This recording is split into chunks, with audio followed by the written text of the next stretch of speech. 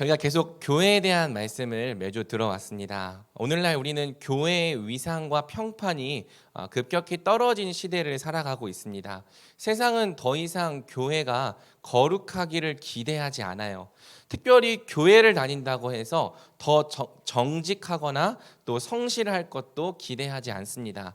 무엇보다 가장 심각한 문제는 이제 교회에 가면 구원의 길이 있으리란 기대가 사람들 안에 그렇게 많지 않은 것 같습니다. 다만 세상은 교회를 향해서 제발 너희는 아무것도 하지 말라고 말하는 거죠.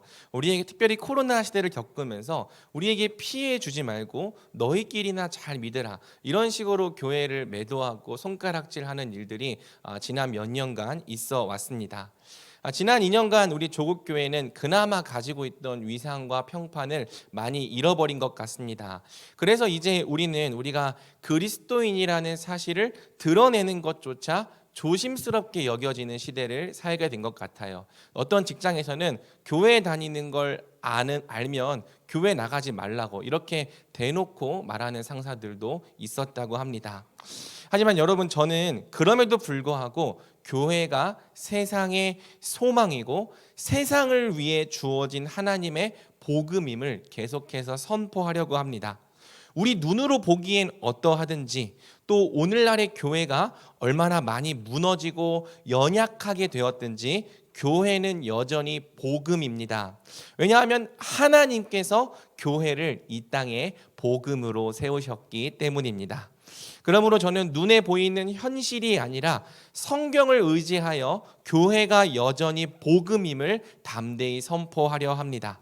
그리고 여러분도 눈에 보이는 현실이 아니라 계속 성경을 의지해서 하나님이 꿈꾸시는 온전한 교회를 저와 함께 알아가고 세워가기를 간절히 소망합니다. 성경은 교회가 예수님의 충만함이라고 말합니다. 교회가 예수님의 충만함일 수 있는 이유는 교회가 만물 안에서 만물을 충만케 하시는 예수님의 몸이 되었기 때문이죠.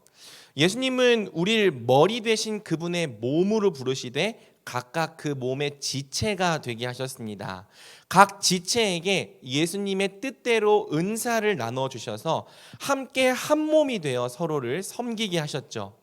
우리가 몸의 지체로서 다른 지체들을 사랑으로 섬기면 우리 각 사람에게 나누어졌던 예수님의 충만함이 다시 몸 안에서 하나가 됩니다. 그리고 예수님의 충만함이 몸 안에서 하나가 되면 우리는 예수님의 몸 안에서 또 예수님의 몸을 통해 그분의 충만함을 누리게 되는 것이죠. 오늘 우리가 하나님의 백성으로 충만함을 누리며 살아갈 수 있는 모든 비밀과 비결이 바로 교회가 예수님의 몸이라는 진리 속에 들어 있는 겁니다. 그래서 성경은 몸의 각 지체가 분량대로 제 기능을 하는 교회는 반드시 예수님을 향해 자라가고 사랑 안에서 스스로를 세운다고 말하는 것이죠. 에베소서 4장 16절입니다.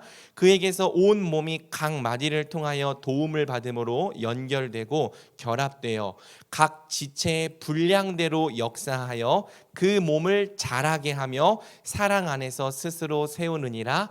아멘.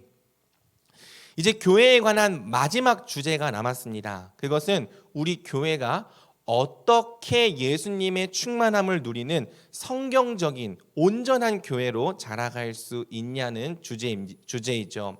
만약 우리에게 성경적 교회의 비전과 당위만 있고 그 비전을 이룰 수 있는 방법이 없다면 우리는 결코 성경이 말하는 온전한 교회를 향해 자라갈 수 없을 것입니다. 왜냐하면 비전은 너무나도 크고 아름다운데 그 비전을 향해 갈 수 있는 방법과 길이 없기 때문입니다. 하지만 참 감사하게도 예수님은 우리에게 성경적 교회의 비전만 주실 뿐 아니라 그 비전을 이룰 수 있는 수단을 함께 주셨습니다. 흔히 우리가 전통적으로 은혜의 수단이라고 부르는 수단들이죠. 그러므로 오늘 우리는 교회를 다루는 마지막 말씀에서 교회가 교회답게 자라날 수 있도록 주신 은혜의 수단들을 함께 살펴보려고 합니다. 그리고 그 수단들을 우리가 꾸준하고 성실하게 사용할 때 과연 교회가 어떤 공동체로 자라갈 수 있는지 함께 꿈꾸고 환상을 보는 시간이 되길 주님의 이름으로 소망합니다. 아멘. 오늘 본문의 42절은 예수님께서 교회에 주신 은혜의 수단들이 한 절 속에 다 들어있는 매우 귀중한 말씀입니다. 우리 42절 말씀 함께 읽어보겠습니다. 시작. 그들이 사도의 가르침을 받아 서로 교제하고 떡을 떼며 오로지 기도하기를 힘쓰니라. 아멘. 본문은 베드로의 설교를 듣고 세례를 받아 교회가 된 지체들이 무엇에 가장 힘썼는지를 우리에게 보여줍니다. 첫째는 사도의 가르침, 둘째는 서로 교제하며 떡을 땜, 셋째는 오로지 기도하기에 힘씀이었죠. 우리말 성경에는 이 오로지라는 부사가 기도라는 말 앞에 붙어 있기 때문에 마치 이 세 가지 수단 중 기도가 가장 중요한 것처럼 강조되어 보입니다. 하지만 사실 원문을 직역하면 다음과 같습니다. 그들은 사도의 가르침과 떡을 떼는 교제와 기도에 그들 자신을 전적으로 헌신했다. 이처럼 원문을 보면은 교회가 기도에만 힘쓴 것이 아니라 예수님께서 교회에 주신 이 세 가지 수단 전부에 헌신했다는 것을 우리가 알 수 있는 거죠. 교회가 교회답게 자라갈 수 있도록 예수님께서 교회에 주신 은혜의 수단, 바로 사도의 가르침과 떡을 떼는 교제와 기도입니다. 교리적으로는 이 세 가지를 우리가 말씀, 성례, 기도 이렇게 정리하는 거죠. 교회는 여러 가지 많은 일들을 하기 이전에 먼저 이 세 가지 은혜의 수단에 전적으로 헌신해야 하는 거예요. 그리고 이 세 가지 은혜의 수단에 전적으로 헌신하는 교회는 반드시 성경의 약속대로 그리스도의 장성한 분량이 충만한 데까지 자라나게 되는 것입니다. 그렇다면 각각의 수단들이 교회 안에서 어떻게 사용되어야 할까요? 먼저 첫 번째, 사도의 가르침부터 함께 살펴보겠습니다.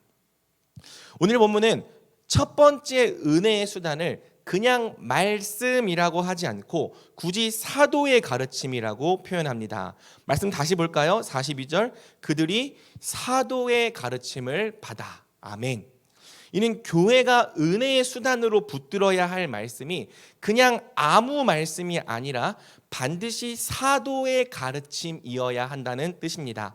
이렇게 교회가 사도의 가르침, 또 오늘날에는 사도가 없기 때문에 사도적인 가르침 위에 세워지는 것을 교회의 사도성이라고 하는 거죠. 그렇다면 여러분, 사도적인 가르침이 대체 무엇입니까? 바로 사도들의 교훈과 사도들의 성경관을 따르는 가르침을 말합니다. 사도들은 예수님께서 예수님의 가르침과 행적을 보존하고 전파하기 위해 세우신 초대교회의 특별한 직분입니다. 따라서 사도들이 가르친 내용은 그들이 자의적으로 자기 생각들을 가르친 것이 아니라 예수님의 가르침을 보존하고 확장하고 적용한 것이라 할 수 있죠. 예수님 당시 존재했던 성경은 오늘날과 달리 오직 구약 성경뿐이었습니다. 유대인들이 사용했던 성경과 또 예수님이 사용하셨던 성경이 본문이 완전히 같아요. 그러면 여러분, 뭐가 달랐습니까? 바로 성경을 이해하는 관점이 달랐던 겁니다. 예수님은 유대인들과 달리 구약 성경의 모든 말씀을 다 예수님을 가리켜 기록된 말씀으로 이해하셨던 거예요. 요한복음 5장 39절, 너희가 성경에서 영생을 얻는 줄 생각하고 성경을 연구하거니와 이 성경이 곧 내게 대하여 증언하는 것이니라. 아멘. 유대인들이 사용했던 성경, 예수님이 사용했던 성경, 같은 본문의 성경이지만 예수님은 이 성경이 바로 나를 가리켜 기록된 말씀이다 말씀하셨던 거죠. 또 예수님은 엠마오로 가던 두 제자들에게도 다음과 같이 말씀하십니다. 누가복음 24장입니다. 이르시되 미련하고 선지자들이 말한 모든 것을 마음에 더디 믿는 자들이여 그리스도가 이런 고난을 받고 자기의 영광에 들어가야 할 것이 아니냐 하시고 이에 모세와 모든 선지자의 글로 시작하여 모든 성경에 쓴 바 자기에 관한 것을 자세히 설명하시니라. 여기서 말하는 모세와 선지자, 모든 성경, 신약 성경이 아니라 구약 성경입니다. 예수님은요, 모세를 비롯해서 성경에 기록된 모든 내용이 다 예수님에 관한 말씀이라고 이해하시고 또 적용하신 거죠. 구약의 실체는 예수님이다. 구약의 모든 말씀은 다 예수님 안에서 성취되었다. 이렇게 이해하시고 이렇게 가르치신 겁니다. 사도들은 바로 예수님의 이러한 성경관을 그대로 계승한 거예요. 사도들도 분명 유대인들과 똑같은 성경을 사용했지만 성경을 예수님 중심적으로 이해하고 적용했던 거죠. 반면 유대인들은 성경을 예수님에 대한 말씀으로 이해하고 적용하는 것을 매우 싫어하며 신성 모독으로까지 여겼던 것입니다. 같은 성경을 사용하더라도요, 성경을 어떤 관점으로 누구에 대한 말씀으로 읽느냐가 결정적인 차이를 가져오는 거죠. 여러분, 사도적 가르침이란 결국 모든 성경을 예수님 중심적으로 이해하고 적용하는 가르침이라 정의할 수 있습니다. 사도들이 뭘 가르쳤습니까? 예수님의 주되심과 그리스도 되심을 전파했죠. 사도행전 2장 36절 그런즉 이스라엘 온 집은 확실히 알지니 너희가 십자가에 못 박은 이 예수를 하나님이 주와 그리스도가 되게 하셨느니라. 또 사도들은 예수님의 십자가와 부활을 증언하되 특히 부활을 강조했습니다. 사도행전 4장 사도들이 큰 권능으로 주 예수의 부활을 증언하니 예수님의 십자가와 부활 그리고 예수님의 주되심과 그리스도 되심을 중심으로 하나님 나라를 전파하는 것이 사도적인 가르침의 핵심이었습니다. 그래서 사도행전 28장 바울이 무엇을 전파했느냐? 하나님의 나라를 전파하며 주 예수 그리스도에 관한 모든 것을 담대하게 거침없이 가르치더라. 사도적인 가르침은요, 하나님의 나라, 주 예수 그리스도에 관한 모든 것을 중심으로 하나님 나라를 전하는 것에 있는 거예요. 따라서 말씀이 은혜의 수단이라고 할 때는요, 그냥 어떻게 읽든지 말씀을 사용하기만 하면 그만이란 뜻이 아닙니다. 말씀이 은혜의 수단이 되려면 반드시 말씀이 사도적으로 읽히고 선포되고 적용되어야 하는 거죠. 즉 모든 말씀이 다 예수님을 가리키고 예수님을 나타내고 예수님을 힘입어 살게 하는 방식으로 이해되고 해석되고 적용되어야 하는 겁니다. 말씀이기만 하면 그만인 것이 아니라 그 말씀이 사도적으로 읽히고 해석되고 선포되느냐가 매우 중요한 거예요. 사랑하는 여러분, 교회는요, 사도적인 가르침에 힘쓰는 공동체입니다. 뿐만 아니라 사도적인 가르침 위에 세워지는 공동체이기도 합니다. 에베소서 2장 20절을 말합니다. 너희는 사도들과 선지자들의 터 위에 세우심을 입은 자라. 아멘. 교회가 어떤 공동체냐? 사도들이 전파하고 가르친 사도적인 말씀 위에 세워지는 공동체라는 거죠. 참된 교회는요, 반드시 사도성을 가진 교회여야 합니다. 사도적인 말씀은 은혜의 방편일 뿐 아니라 그 교회가 진짜인가 아닌가를 판단하는 참 교회의 표지이기도 한 거죠. 강단에서 말씀이 선포되고 있다고 해서 다 참된 교회가 아닙니다. 오직 그 말씀이 사도적으로 선포될 때에만 참된 교회입니다.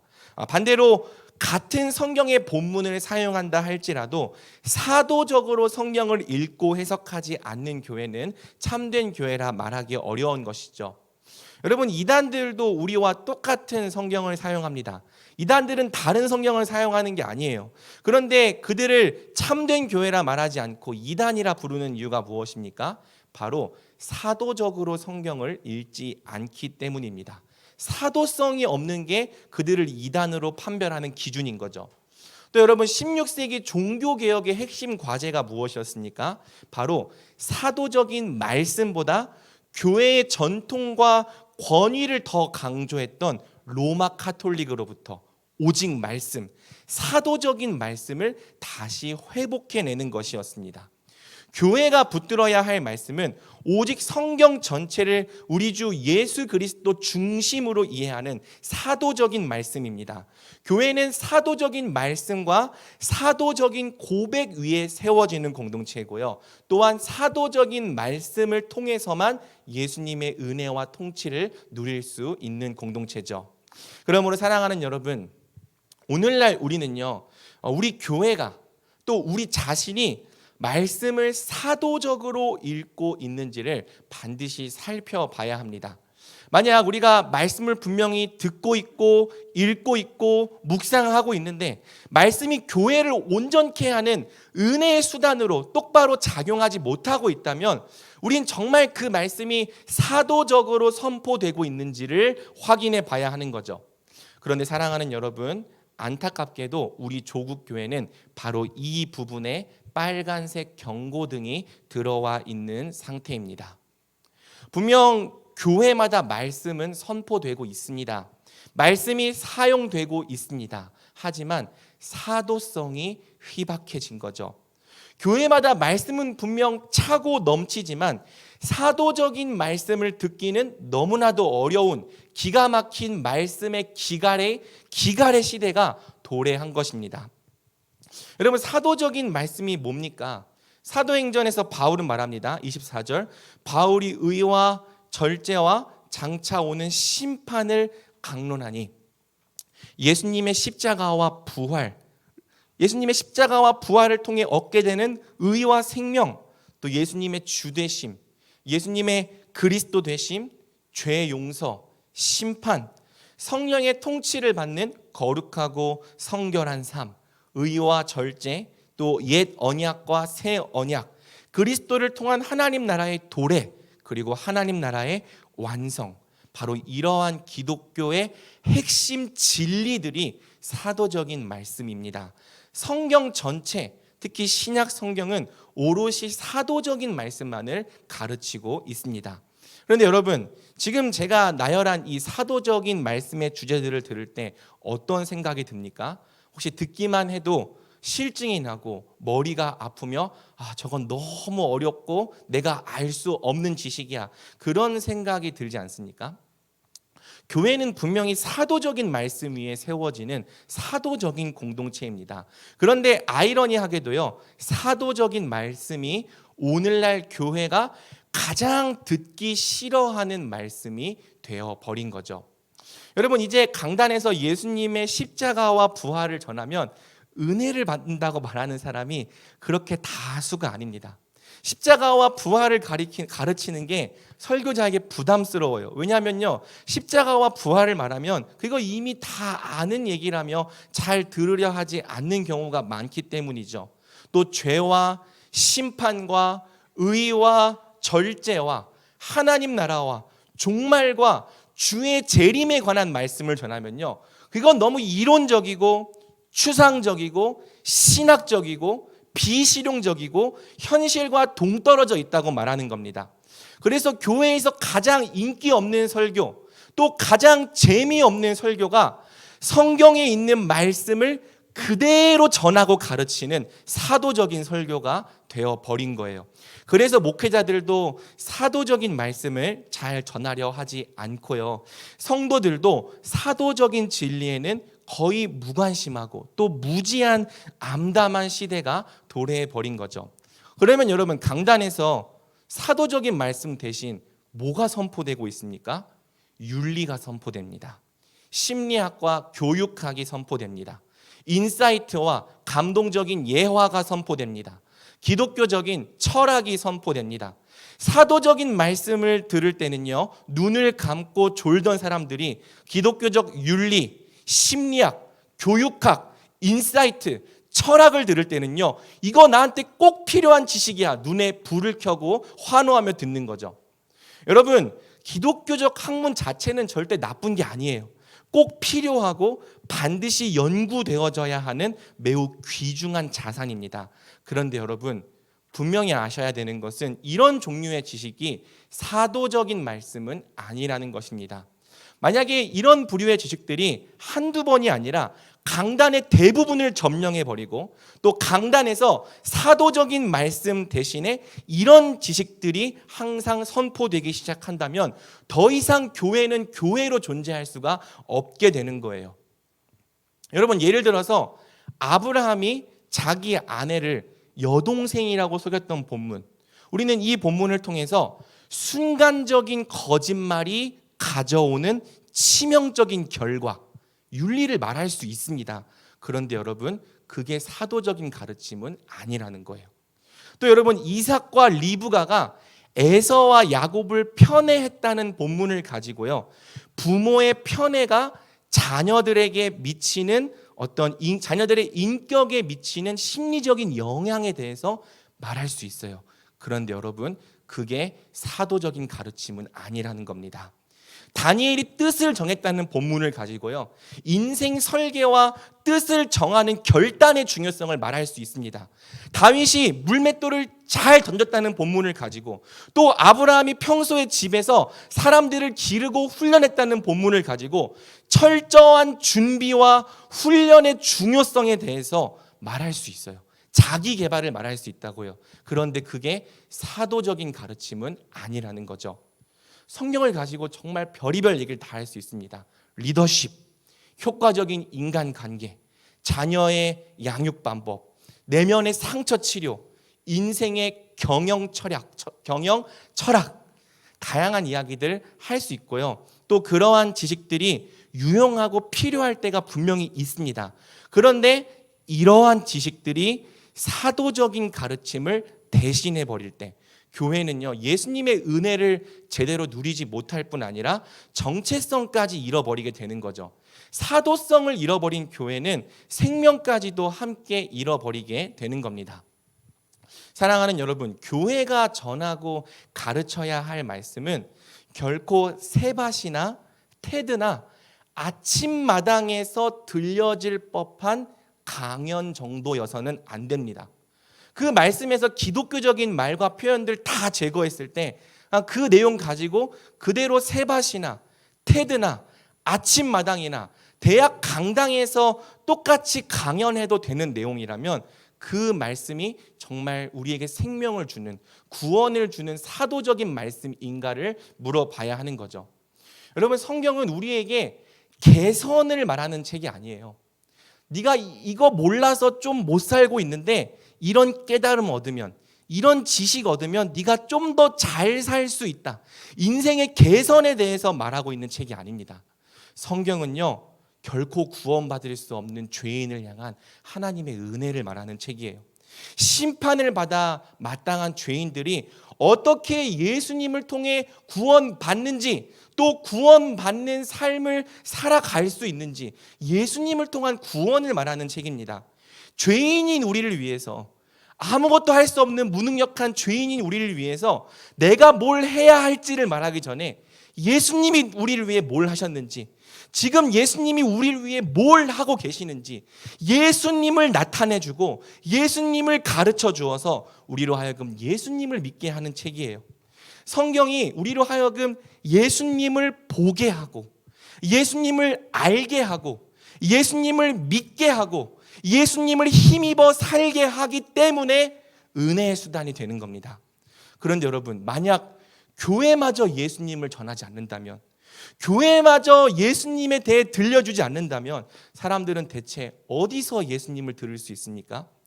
교회마저 죄와 심판과 의와 절제와 하나님 나라를 강론하지 않는다면 사람들은 어디서 이 세상을 향한 하나님의 큰 뜻을 알 수 있겠습니까?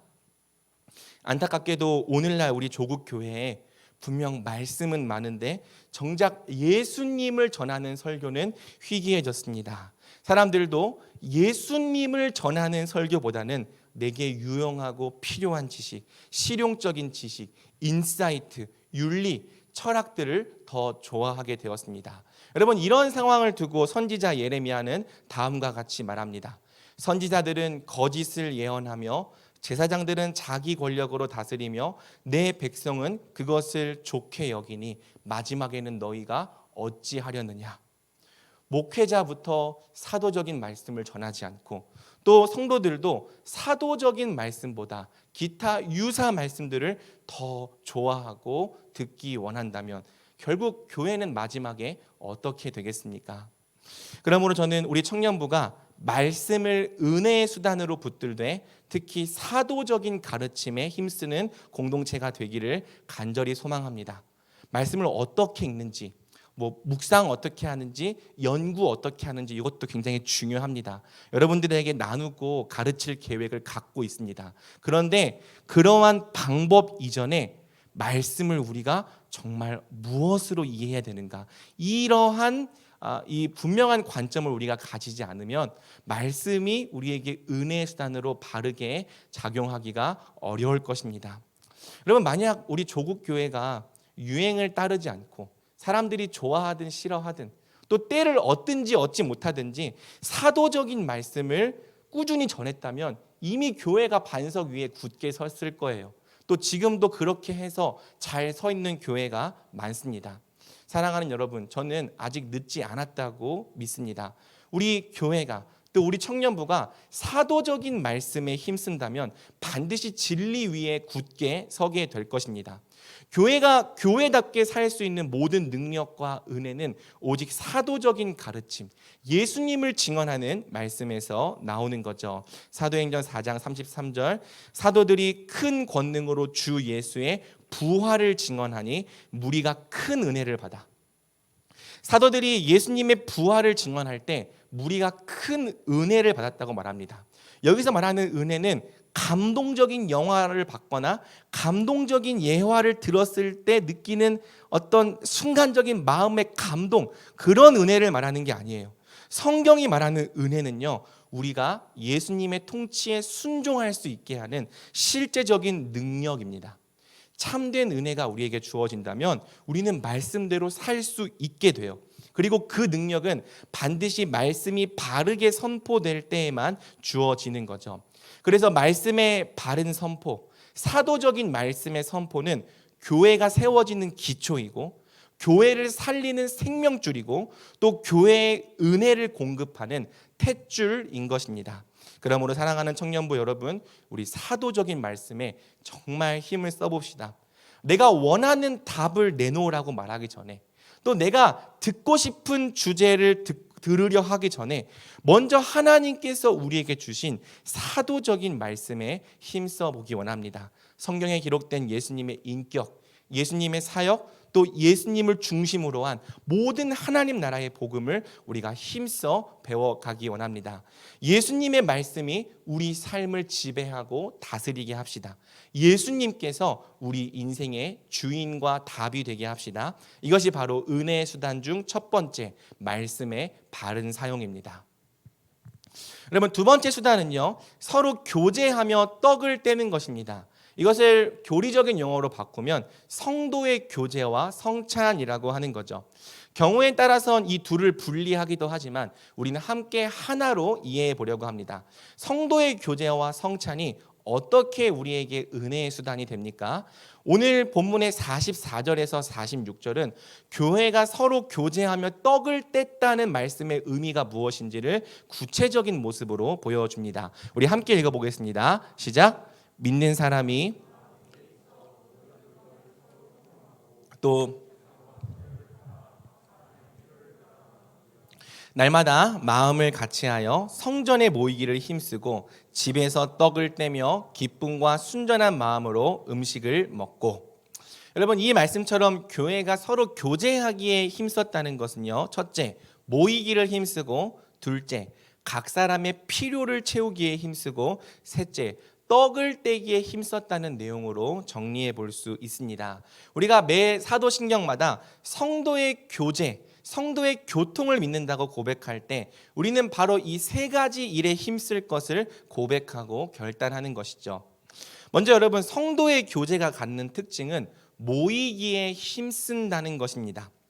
우선 믿는 사람이 다 함께 있는 것부터가 교제의 시작이에요.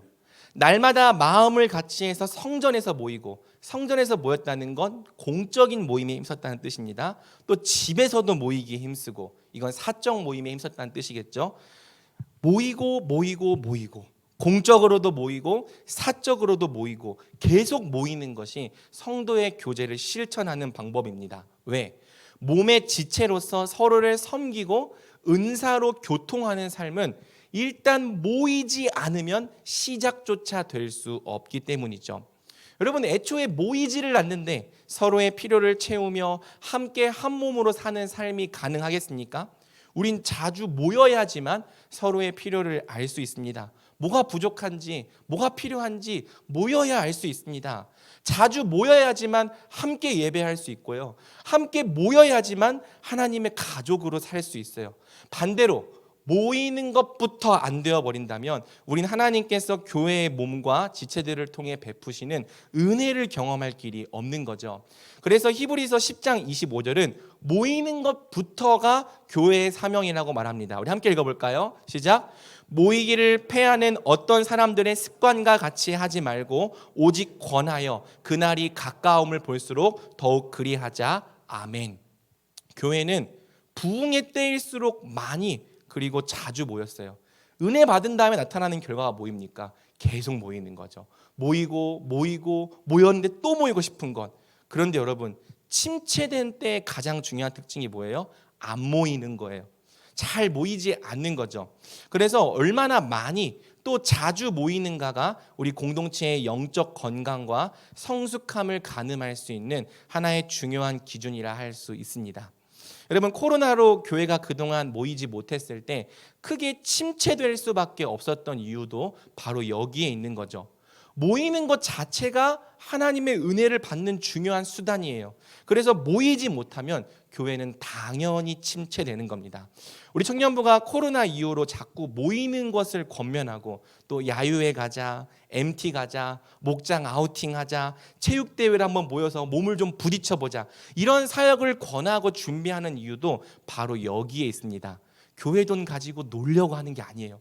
모여서 함께 교제를 다시 일으켜 보려고 하는 거죠. 놀기 위해서가 아니라 모이는 것을 회복하는 게 진짜 목적인 겁니다.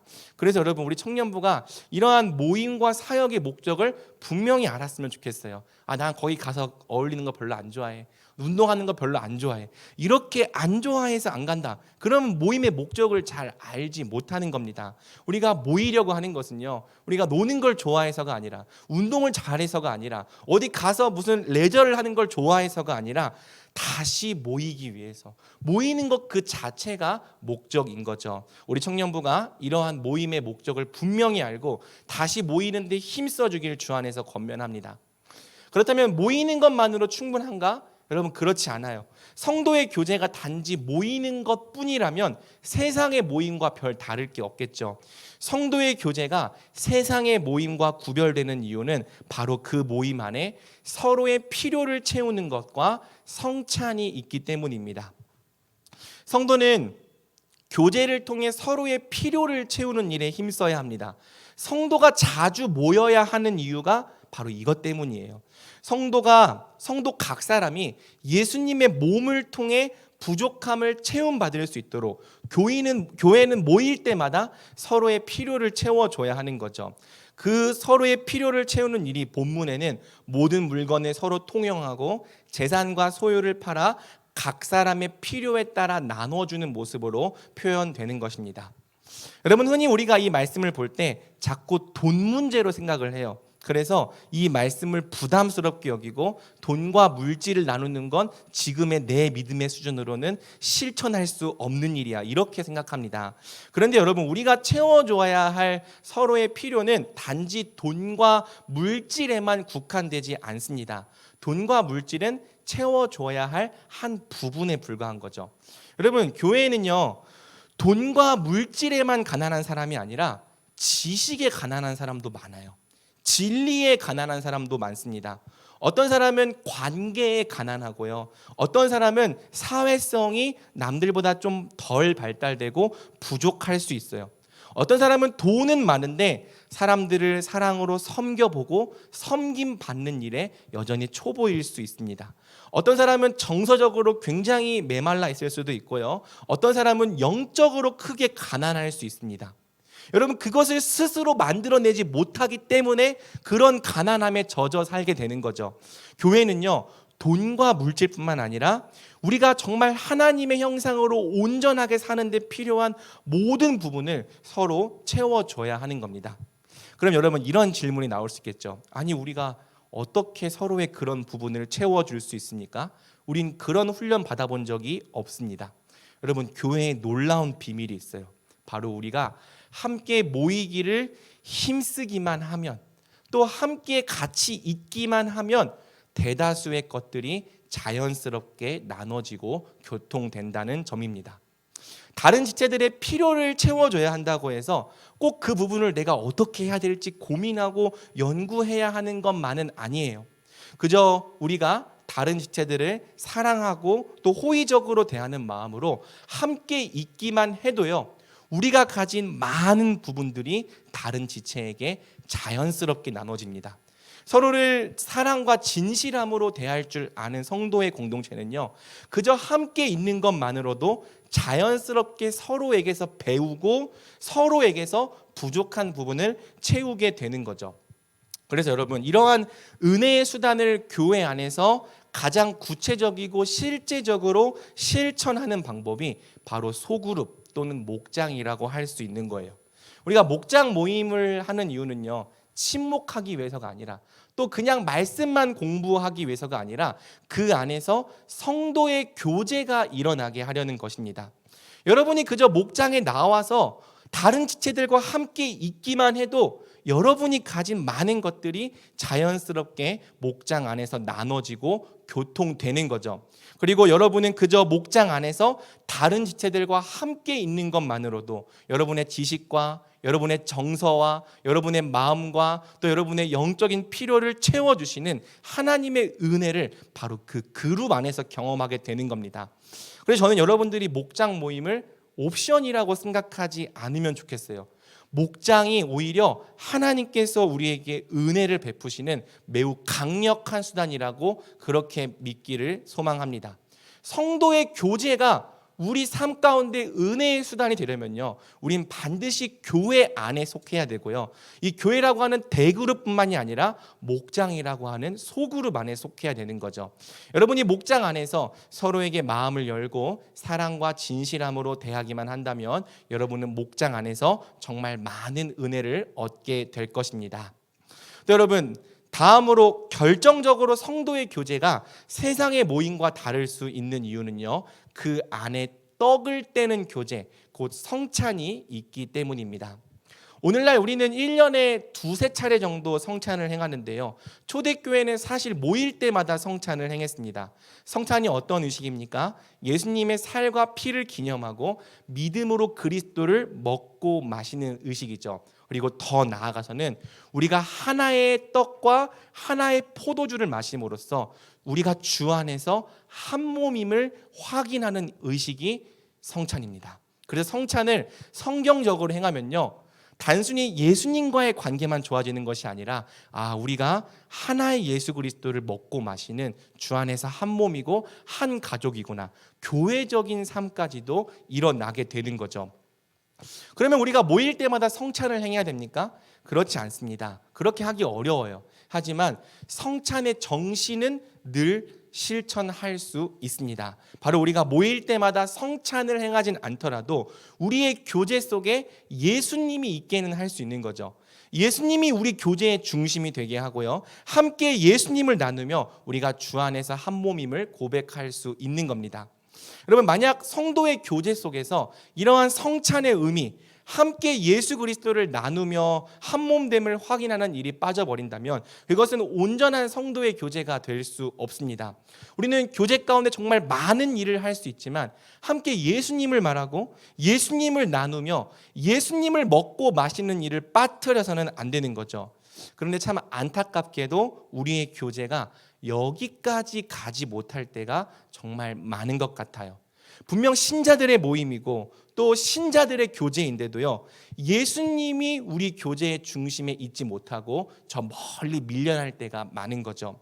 우리의 교제가 성도의 교제가 되려면 그저 정치 얘기, 경제 얘기, 게임 얘기, 스포츠 얘기, 맛집 얘기, 일 얘기, 옷 얘기, 여행 얘기로 우리의 교제가 끝나버려서는 안 됩니다. 수많은 교제를 즐겁게 나눌지라도 결국 우리는 예수님을 나눠야 돼요. 여러분, 청년들의 대화의 주제 이제 깔때기라는 게 있는데, 이 청년들이 대화를 이제 하다가 보면 어떤 대화로 흘러간다는 거예요? 연애 이야기로 흘러간다는 게 깔때기라고 부르죠. 그런데 저는 그 깔때기가 예수님으로 바뀌면 좋겠어요.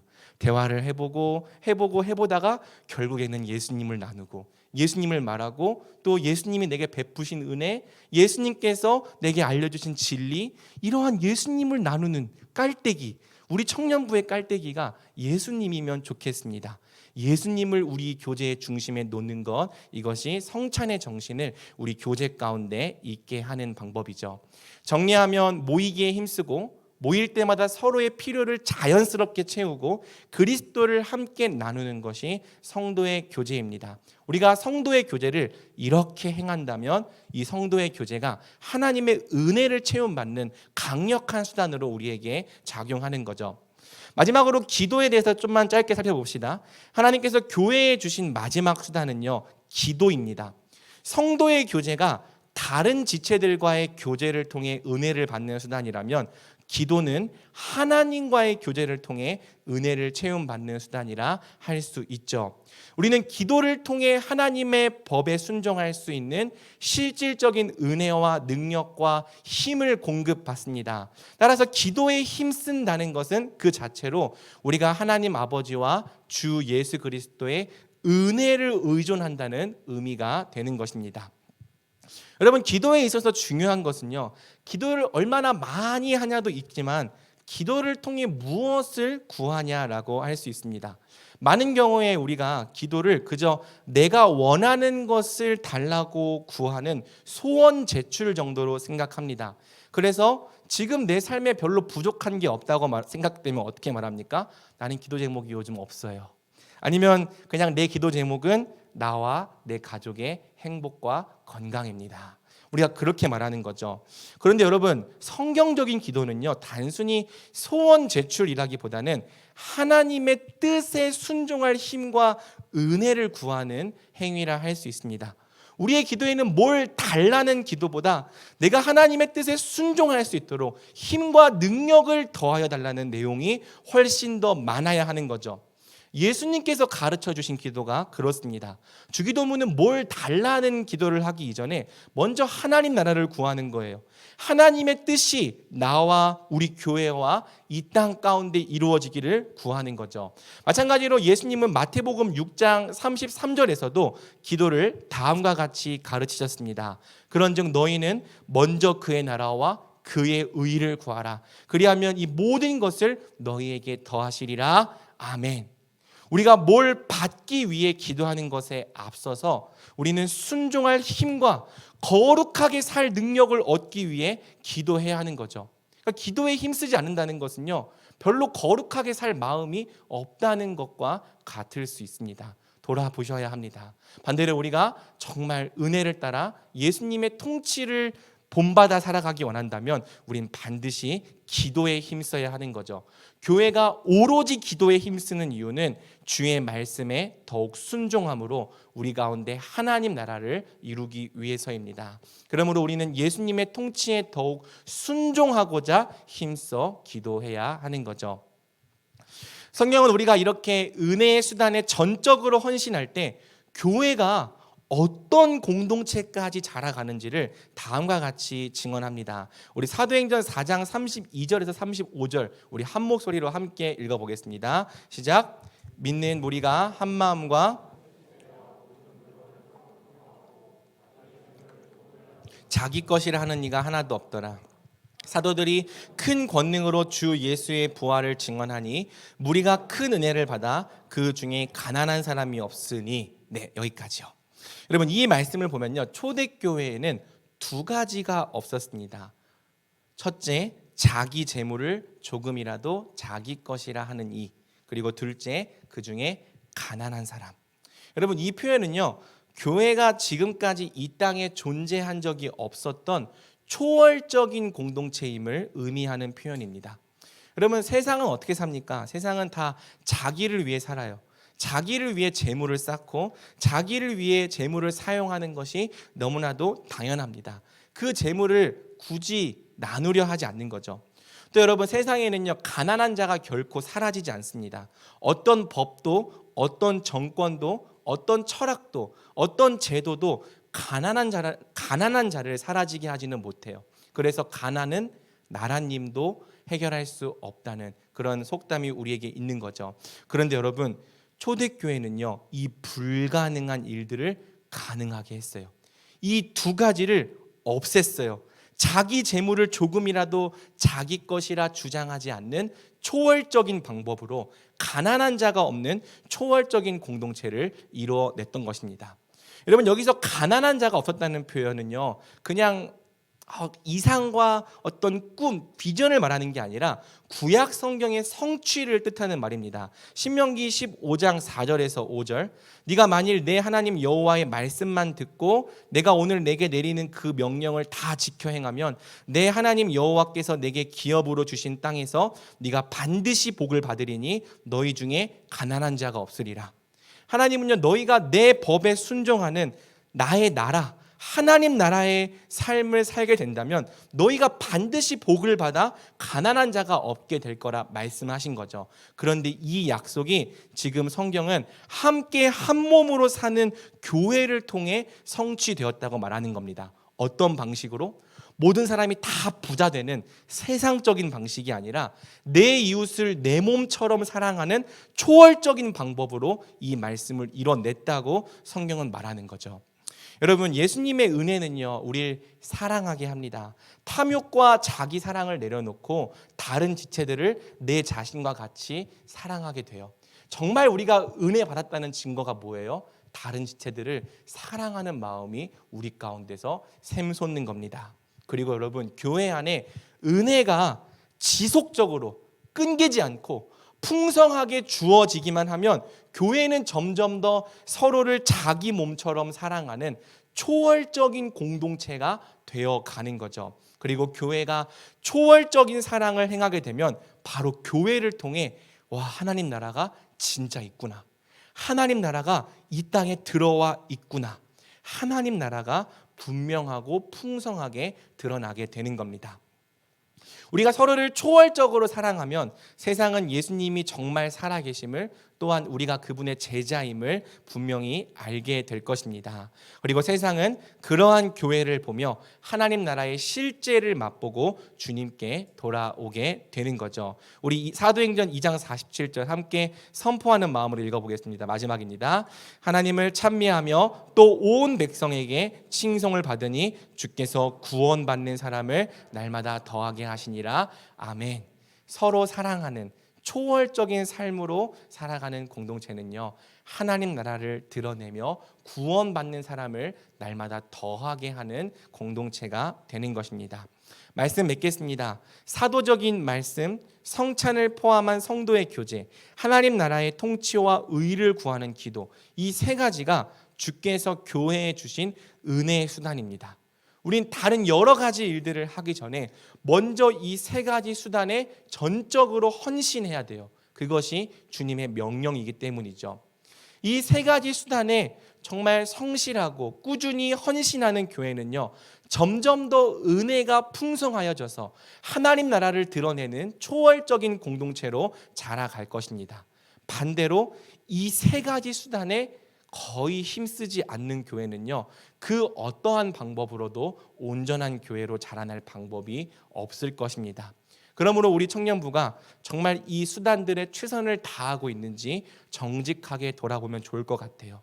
우리 예수가족과 위드 청년부는 사도적인 말씀에 힘쓰는 공동체입니까?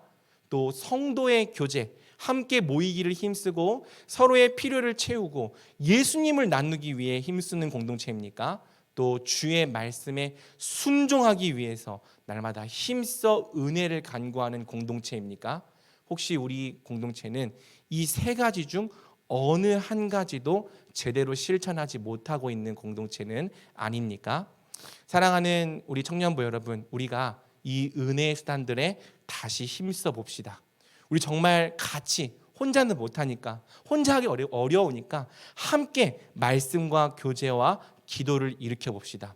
그래서 우리 대전중앙교회가 다른 건 몰라도 말씀과 기도와 교제만큼은 유명한 교회, 정말 말씀과 기도와 교제만큼은 능수능란하고 탁월한 공동체로 소문나면 좋겠습니다. 우리가 은혜에 힘쓰기만 한다면 반드시 은혜가 우리를 자라나게 할 것입니다. 은혜가 우리를 온전케 하고 은혜가 우리를 거룩케 할 것입니다. 그리고 은혜에 힘쓰다 보면 어느새 교회는 초월적인 사랑으로 하나님 나라를 드러내는 초월적인 공동체로 자라날 것입니다. 그러므로 우리 대전중앙교회 청년부가 하나님께서 이루실 온전한 교회를 꿈꾸며 함께 이 은혜의 수단들에 헌신하는 공동체가 되기를 우리 주님의 이름으로 간절히 축복합니다. 아멘.